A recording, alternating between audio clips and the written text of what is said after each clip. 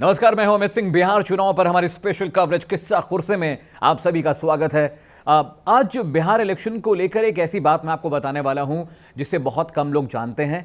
आज मैं आपको यह बताने वाला हूं कि एक वक्त था जब बिहार में मुख्यमंत्री को प्रीमियर कहा जाता था। प्रीमियर यानी प्रधानमंत्री।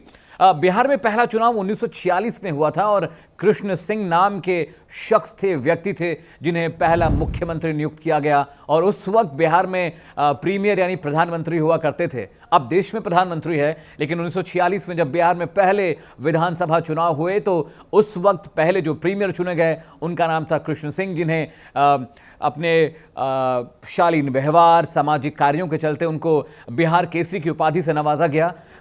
इनको बिहारी बाबू भी कहते हैं। इन्होंने दलितों के लिए बहुत सारा काम किया और बाल विवाह के खिलाफ इन्होंने बहुत आवाज़ उठाई। इसके अलावा मैं आपको बताऊं, ज़मींदारी प्रथा एक बहुत मुश्किल एक फेज था बिहार इलेक्शन में। जब आज़ादी मिली, हमें आज़ादी मिलने के बाद से लगातार जो बची कुची बड़े ज़मींदार थे उन्होंने, क्योंकि भारत में उस वक्त बहुत गरीबी थी, बहुत दिक्कतें थी। जब अंग्रेज़ भारत छोड़ के गए, जब ब्रिटिश हुकूमत ने भारत छोड़ा तो उस वक्त बहुत दरिद्रता और बहुत गरीबी थी हिंदुस्तान के कई इलाकों में। और जो बड़े ज़मींदार थे, इनके पास ज़मीनें थी, उन्होंने बड़ी संख्या में गाँव वालों को बंधुआ मजदूर बना रखा था और वो उनसे अपनी ज़मीनों पे काम कराया करते थे। उसके बदले उन्हें कुछ खाना और थोड़ा सा मेहनताना मिलता था। लेकिन जब कृष्ण सिंह बिहार के मुख्यमंत्री बने तो बिहार में सब कुछ बदल गया।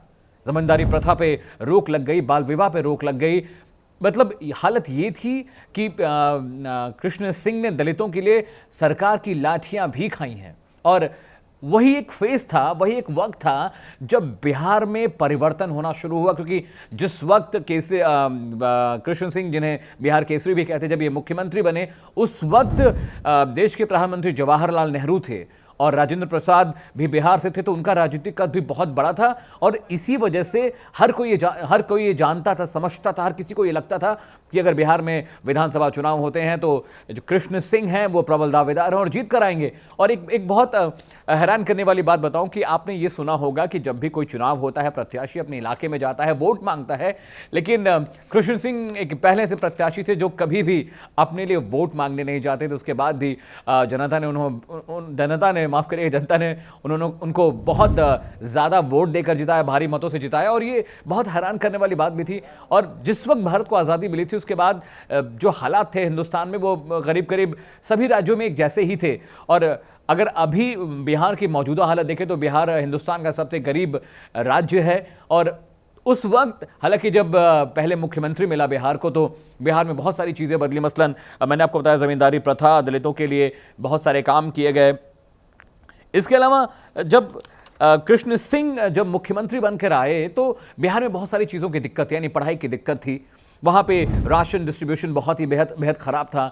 अच्छे अस्पताल नहीं थे, बीमारियों से लोग मर जाया करते थे। हैज़ा, तपेदिक और बुखार जैसी बीमारियों से भी लोगों की मौत हो जाया करती थी। तो कृष्ण सिंह ने मुख्यमंत्री बनने के बाद बिहार का कायाकल्प किया। और ये अगर आप इतिहास के पन्नों को खंगालें, आप अगर प्री इंडिपेंडेंस और 90 और 80 के दशक से पहले के बिहार को देखेंगे, 70 से पहले के दशक से पहले के बिहार को देखेंगे तो वहाँ बहुत सारी तब्दीलियाँ आई थी। अगली बार मैं फिर से बिहार की किसी सीट से, बिहार के किसी नेता के बारे में आपको बहुत दिलचस्प बातें बताऊंगा। तब तक आप देखते रहिए इंडिया न्यूज़। फिर से आपसे मुलाकात होगी। नमस्कार।